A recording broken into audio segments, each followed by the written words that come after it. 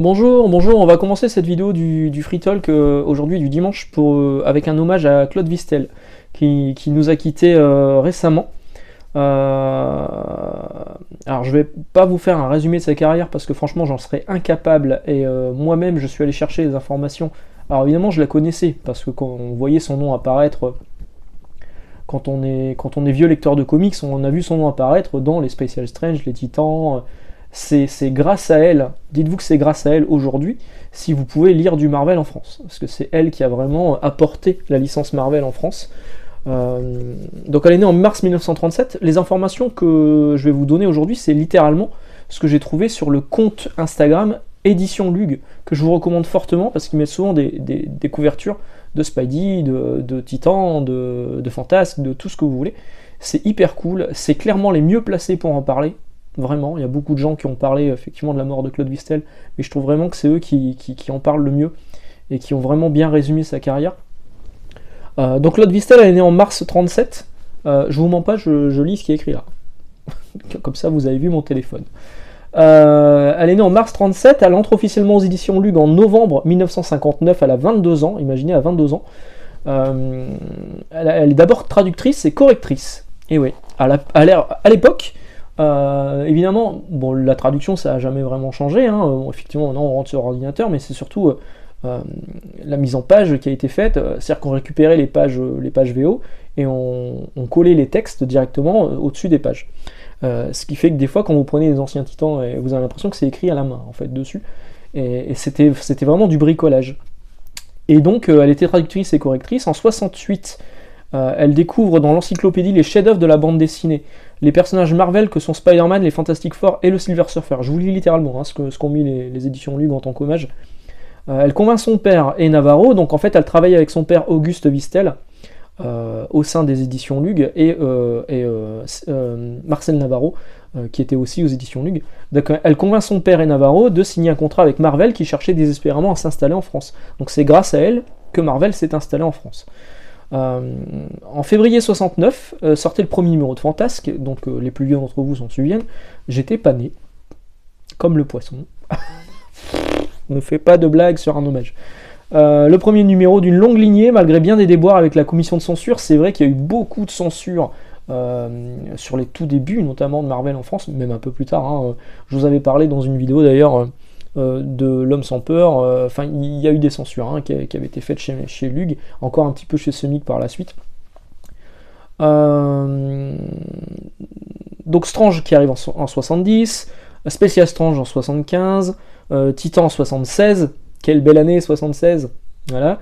Nova en 78, Spider en 79, et bien d'autres, notamment Mustang et les super-héros, alors les super-héros, c'est vrai que moi je dis tout le temps super-héros aussi, Micros et Photonic. En 80, dont elle est la directrice de publication. Quand même bien gravi les échelons. En 72, son père prend sa retraite, elle lui succède naturellement à la tête de Lug, s'occupant particulièrement du matériel Marvel, pendant que Monsieur Navarro gérait les petits formats western, Blake, Rodeo ou Kiwi. En 89, Marcel Navarro prend à son tour sa retraite. Claude Vistel prend la décision, dans un climat économique dégradé par souci de préserver les emplois de sa société, de vendre Lug à un éditeur européen, Semic, dont elle intégrera le comité de direction jusqu'en 1993, où elle prendra sa retraite. C'était une grande dame, hein, mine de rien, c'est grâce à elle si aujourd'hui cette chaîne existe, si tous les lecteurs de comics Marvel sont là aujourd'hui, c'est un peu grâce à Claude Vistel. Donc merci Madame Claude Vistel, merci pour tout, parce qu'elle a créé des passions, et ça c'est plutôt incroyable. Alors, passé ce petit moment hommage, on va parler donc évidemment de ce qui est sorti cette semaine. Bon, pas grand chose hein, pour moi d'intéressant, mais j'ai quand même chopé quelques trucs. Quelques précisions par rapport aux vidéos de cette semaine. C'est vrai que les deux vidéos de cette semaine c'était sur les Panini Big News, d'abord sur Spider-Man et ensuite sur Daredevil. Vous avez été quelques-uns à me préciser quelques précisions dans les commentaires. Donc merci à vous. Le Daredevil Redemption était effectivement déjà disponible dans la collection Carrefour Marvel Dark, le côté obscur, une collection Carrefour qui était à 3 € je crois, sous le titre de Unusual Suspect, avec en plus une mini-série de Daredevil et Spider-Man, c'est Post-Scriptum qui m'a précisé ça, merci à toi. Donc du coup, si vous voulez ce Daredevil Redemption, il y a moyen de le trouver à vraiment pas cher, lui parlait d'1€, bon c'est sans les frais de port évidemment. Mais ouais, pour 5 balles, vous allez pouvoir le trouver au lieu d'attendre la version Must-Have qui sort donc en février, je crois, ou mars, je sais plus. Je sais déjà plus alors que la vidéo a quelques jours. Vous pouvez déjà l'avoir avec plus de pagination. Alors certes, un papier un peu moins de bonne qualité, mais franchement, ça tient la route, hein, les Carrefour, pour vraiment que dalle. Donc merci Postscriptum. Si vous voulez faire des économies, c'est le moment. Et vous avez été plusieurs, je ne vais pas tous vous citer, à me préciser qu'effectivement, Captain America White, il n'est pas inédit en VF. Il a bien été édité en 100% Marvel. Du coup, je me suis dit, la vache, quel con, je suis passé à côté. Je crois qu'en plus, c'est en 2016. Donc, autant vous dire qu'en 2016, j'étais déjà là où je travaille. Donc, je l'ai vu passer. Hein. J'ai vraiment pas de mémoire. Et du coup, j'ai cherché à le trouver à d'occasion. Et il se vend 35 balles. Parce qu'il est plus édité nulle part. J'ai trouvé un mec qui le vendait 26 balles. Sur Vinted, mais complètement défoncé, et voilà, donc je me suis dit non, je mets pas 26 balles dans un truc où on voit qu'il y a un coup, alors que le mec il écrit très bon état, bon, clairement non. Si vous en avez un qui traîne dans un coin, je suis prêt, ouais, je suis là, contactez-moi, je suis intéressé à vous le reprendre, alors pas non plus un prix trop abusé, je pense qu'une vingtaine d'euros ce serait plutôt correct. Mais bon, vu que ça a déjà été traduit en VF, qu'attend Panini pour le reproposer de nouveau, parce que du coup j'ai vérifié, hein, on commence à avoir les informations qui pop au fur et à mesure, hein, sur ce que Panini est en train d'annoncer, et le prix sur ce Daredevil jaune édition spéciale qui vont sortir bientôt là, c'est bien 39,95€, c'est bien 40 balles, c'est beaucoup trop cher, et j'aurais trouvé plus logique qu'il repropose Captain America White qui lui n'est plus disponible, voilà. Ça c'est vraiment dommage, Donc merci pour ces précisions, c'est vrai qu'à chaque fois vous me précisez des trucs quand je dis une boulette, merci, ça fait partie du partage, et effectivement personne n'est infaillible, en moi encore moins, clairement j'ai pas pour ambition d'avoir parole d'évangile ou quoi que ce soit, hein. Je suis juste un mec comme vous, qui lit des comics et qui donne son avis devant une caméra qui a changé. Vous avez été plusieurs à me dire cette semaine, le son est meilleur, oui. Et vous savez pourquoi? Vous l'avez peut-être compris. Alors peut-être que les gens se sont rendus compte que ça avait réapparu dans les vidéos de cette semaine. Et je viens de vous montrer mon téléphone, mon nouveau téléphone. Et oui, j'enregistre avec mon ancien téléphone. J'ai ressorti mon ancien téléphone. J'ai rebranché mon micro-cravate dont le son était franchement correct quand j'enregistrais avec. Et le même micro-cravate que j'utilisais sur mon nouveau téléphone qui me donnait un son pourri. Eh ben c'est nickel. Ça vient vraiment du téléphone, je suis ravi. Alors, à côté de ça, le téléphone est impeccable. Hein. Alors du coup, l'image sera sans doute un peu moins belle que ce qu'on avait sur les dernières vidéos. Alors, après, je sais pas vraiment si vous voyez une différence, mais je vais rester sur cette solution. Du coup, mon ancien téléphone va me servir de caméra pour enregistrer les vidéos, et je pourrai de nouveau utiliser mon micro-cravate qui donne un son qui est franchement bon. Voilà, donc voilà, j'ai trouvé une solution, ressortir l'ancien matos. Et j'ai vu ce film. Alors, cette semaine, qu'est-ce que j'ai chopé? J'ai chopé ça, le dernier trade paperback de Thor en VO. Alors, pas de grosse surprise pour vous, parce que cette histoire-là vient de se terminer également en France dans... hop là, on va en reparler juste après de ça. Dans ce dernier numéro de Marvel Comics, hein, donc l'histoire de Thor, non pas imaginée par Donny Cates, démarrée par Donny Cates, et dont la suite a été reprise par Torunn Grønbekk, je sais pas trop comment on prononce, avec toujours Nick Klein au dessin, et ça c'est heureusement ça sauve un peu le truc. Donc le dernier trade paperback est sorti, mais vous avez les derniers épisodes dans le numéro 24, hein, je crois que c'est ça, de Marvel Comics. Par contre, vous n'avez toujours pas les Deluxe de Thor. Alors je m'attends à ce que Panini les annonce là, sous peu, parce que mine de rien, le premier Deluxe de Thor, je crois qu'il est sorti en 2022, donc ça commence à faire beaucoup, avec les 12 premiers épisodes. Là, on arrive à la fin, aux épisodes 35. Va falloir accélérer le rythme, hein, parce que là, les lecteurs de... Encore une fois, vous pouvez lire ces épisodes, mais en suivant Marvel Comics. Si vous ne suivez pas Marvel Comics, vous êtes complètement en retard sur ce qui se passe aux États-Unis. Et ça, c'est vraiment dommage. Donc voilà, j'ai chopé ce trade paperback de Thor, le dernier en date, et je m'arrête là. Il y a beaucoup de séries que je vais arrêter en VO. Vous voyez, Avengers va arriver dans Marvel Comics à partir du mois prochain. Bah, je le lirai en VF dans ce que mon frère achète. À moins que vraiment, une grosse surprise, ça me plaise. Et là, je me dis, je vais quand même acheter les TPB VO. Mais le TPB d'Avengers qui est sorti, je ne l'ai pas acheté. Thor, je vais m'arrêter là. Hulk. Les premiers retours sont... Il y en a qui disent c'est hyper bien. En fait, j'attends vraiment que le rubrique de G fasse une vidéo globale sur... alors, je vais attendre qu'il y ait plusieurs épisodes, hein, parce que sur le premier arc, pour voir si vraiment c'est bien, parce que le TPB sort en janvier, je crois.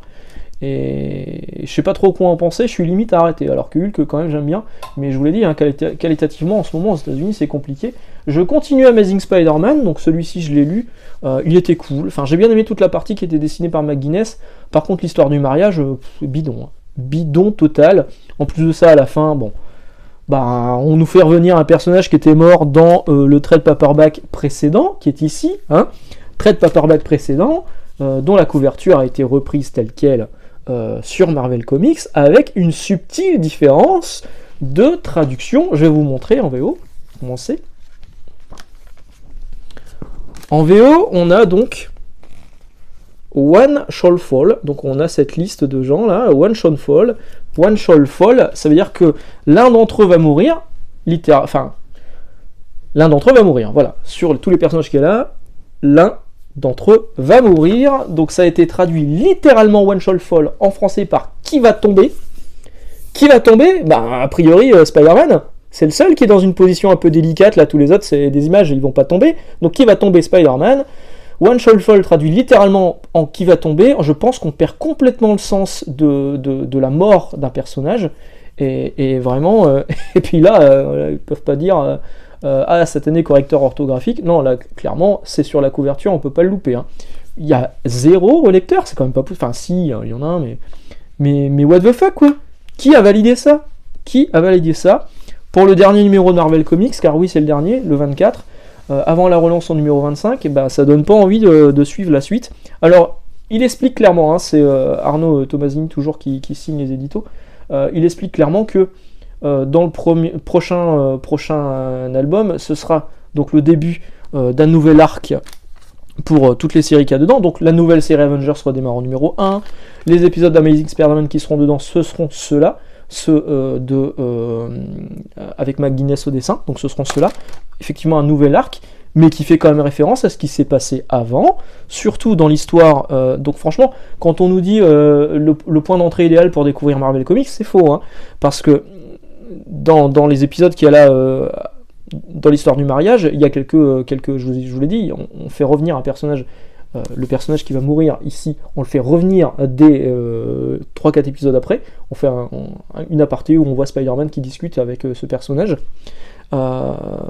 Du coup, si vous n'avez pas lu les anciens épisodes du run de Wells, bah vous êtes paumé en fait, parce que on comprend pas trop. Si vous n'avez pas lu ça, pour savoir qui va mourir, on va vous dire machin est revenu, bah super, je savais même pas qu'elle était partie. Voilà. Donc, on nous explique également que donc Avengers reprend en numéro 1, Amazing Spider-Man c'est démarré sur un nouvel arc. Il y a Iron Man par contre qui sera en plein milieu d'un arc, et du coup là ça c'est clairement dommage. Mais c'est comme ça, voilà. Donc cette semaine, il y a effectivement eu Marvel Comics qui est sorti numéro 24, il y a aussi les Destiny of X qui sont là, 22 et 23, qui eux continuent leur petit moment de chemin. Il y aura bien un numéro 24 le mois prochain, vous inquiétez pas, si vous êtes toujours lecteur de X-Men, moi c'est pas mon cas, et j'attends clairement que ça se termine pour une relance, et voir qui ils vont mettre au dessin et au scénario, mais j'avoue que j'ai un peu peur. J'avoue que j'ai un peu peur, et du coup j'en ai encore discuté avec un camarade client qui passe régulièrement, j'ai l'impression que je suis russe, à chaque fois je dis camarade, un ami client, un client ami qui passe régulièrement, qui m'a dit je me régale carrément plus à lire des anciens trucs. Oui, moi aussi, les trucs récents, il n'y a pas d'histoire mémorable. Vous voyez la mort du personnage. À une époque, on aurait fait tout un truc, même le mariage, là il y a un mariage, on aurait fait un truc incroyable et tout, non, c'est pas bien, c'est vite lu, vite oublié, franchement c'est dommage, et du coup, vous le savez peut-être, c'était mon anniversaire, je vous dis pas quand, vous devez le savoir, ou pas, on s'en fout, je suis vieux, dans 3 ans j'ai 50 ans, je suis dégoûté. Mon très bon ami Yannick, le parrain de mon fils, monsieur, enfin, je suis le parrain de ton fils, voilà, qui j'imite, je ne sais pas, m'a dit, ben, choisis ce que tu veux, je te le paye, je sais pas trop quoi t'offrir, j'ai pas le temps de chercher parce que, évidemment, c'est vrai. J'ai dit, bah écoute, voilà, Aerosmith, je vous en avais parlé dans une vidéo, je vous avais dit, j'hésite à prendre l'édition Delcourt, ou alors à partir sur les éditions, c'était USA, édition USA ou Soleil, je sais plus, qui était disponible en séparé. Donc là, vous avez l'équivalent des 2 tomes qui étaient sortis avant chez l'autre éditeur, qui se trouve à pas trop cher, hein, franchement, pour 10 euros. Vous allez pouvoir avoir les anciennes éditions avec les mêmes épisodes dedans, mais là, il y a des bonus en plus. Il y aura la suite, parce que là, c'est un tome 1, et depuis, il y a une nouvelle série qui avait été éditée. C'est le dernier travail de Pacheco, d'ailleurs, cette dernière série avant son malheureux décès. Kurt Busiek au scénario, Carlos Pacheco au dessin, Jésus Merino à l'ancrage et Alex Sinclair aux couleurs. Aerosmith, c'est une histoire dystopique avec une espèce de guerre, mais il y a des dragons. C'est cool, peut-être que je vous en ferai une vidéo. En tout cas, moi, clairement, ça m'avait donné envie de me replonger dedans. Et clairement, cette édition, elle est vraiment très très jolie, proposée à pas trop cher chez Delcourt. On doit être sur du 23 balles. C'est format un peu plus grand qu'un comics habituel. Il y a l'équivalent de 6 épisodes à l'intérieur. Hop là, vous voyez, c'est plus grand, un peu plus luxueux. Et puis il y a des bonus qui sont franchement pas cool, pas dégueulasses à la fin. Avec les variantes cover, bon ça on a l'habitude, mais surtout il y a des crayonnés, il y a beaucoup de texte. Hop là. Beaucoup de choses comme ça. Sacrément, il y a beaucoup de bonus quand même. Le dossier top secret. Voilà, plutôt cool, je suis franchement content, donc merci. Merci Yann. Quelques petits mangas que j'ai eu cette semaine. Alors, je vais pas vous parler de jeux vidéo, mais il y a quand même eu pas mal de belles annonces là, parce que c'était les Video Game Awards. Donc il y a eu des annonces, il y a un DLC gratuit qui arrive sur God of War. Bon, très bien. Il y a eu quelques jeux qui ont été présentés. Le Jurassic Park, là, qui m'intrigue un petit peu. Enfin bref, je vais pas vous parler de jeux vidéo aujourd'hui, je vais vous parler un tout petit peu de manga parce qu'il y a quand même des belles sorties. Dragon Quest 8, il me semble que je vous l'avais montré la semaine dernière et c'est toujours aussi cool, vraiment. Si vous voulez offrir un manga à quelqu'un qui lit déjà Naruto, qui lit déjà One Piece, vous savez pas quoi lui acheter en plus, à partir de 10 ans, partez sur Dragon Quest, c'est vraiment très bien. Pour moi, c'est le meilleur shonen avec Dragon Ball pour cette cible d'âge là, et c'est vraiment top. Un peu plus vieux, c'est du shonen aussi, mais c'est un peu plus vieux parce que là ça parle de Boule et de Nibar. Dan Dan, le nouveau tome, le numéro 9, ça régale, ça va directement en top priorité sur ma reading list. Ça, je vais me plonger dedans parce que j'adore Dan Dan, c'est hyper dynamique. Je vais me spoiler ou pas quand je montre des trucs? Il se passe des trucs trop bien, les planches sont incroyables. Radiant, que j'attends depuis un moment, numéro 18, la série est exceptionnelle, vraiment je vous invite à découvrir Radiant. Encore une fois, si vous êtes fan de One Piece et que vous voulez découvrir un truc qui rappelle un petit peu One Piece, mais qui a vraiment son propre univers, qui a un humour, qui est extrêmement développé en plus au niveau de l'univers et qui est hyper prenant. Quand on finit un tome, moi j'ai qu'une envie, c'est de me jeter dans la suite. Et là je l'ai attendu ce tome 18 et pareil, hein, là la question c'est est-ce que je vais lire Radiant ou Dan Dan en premier. Superbe travail de Tony Valente, il y a un concept store Radiant, pop-up store Radiant sur Paris je crois en ce moment, où vous pouvez le rencontrer à certaines dates. Le mec est hyper cool, et son trait est incroyable, et voilà. Bravo Tony, bravo Tony. Tunnel to Summer le 4ème, qui tourne de plus en plus vers la rom-com, hein, la comédie romantique, voilà. Mais là c'est le dernier tome, donc tout va être résolu. On va comprendre d'où vient ce tunnel un peu chelou qui vous pousse à rester à l'intérieur du tunnel, mais qui fait passer le temps beaucoup plus vite à l'intérieur du tunnel que comme dans la vraie vie. Est-ce que je fais une blague graveleuse? Je vous laisse la faire dans les commentaires. Donc, Tunnel to Summer 4ème série, série surprise que j'ai vraiment beaucoup aimé. Et donc, on va voir si le final est à la hauteur. Et le nouveau tome d'Hokuto no Ken, avec toujours ses couvertures entièrement refaites de Tetsuhara, qui sont magnifiques. Vraiment, je les trouve très très bien.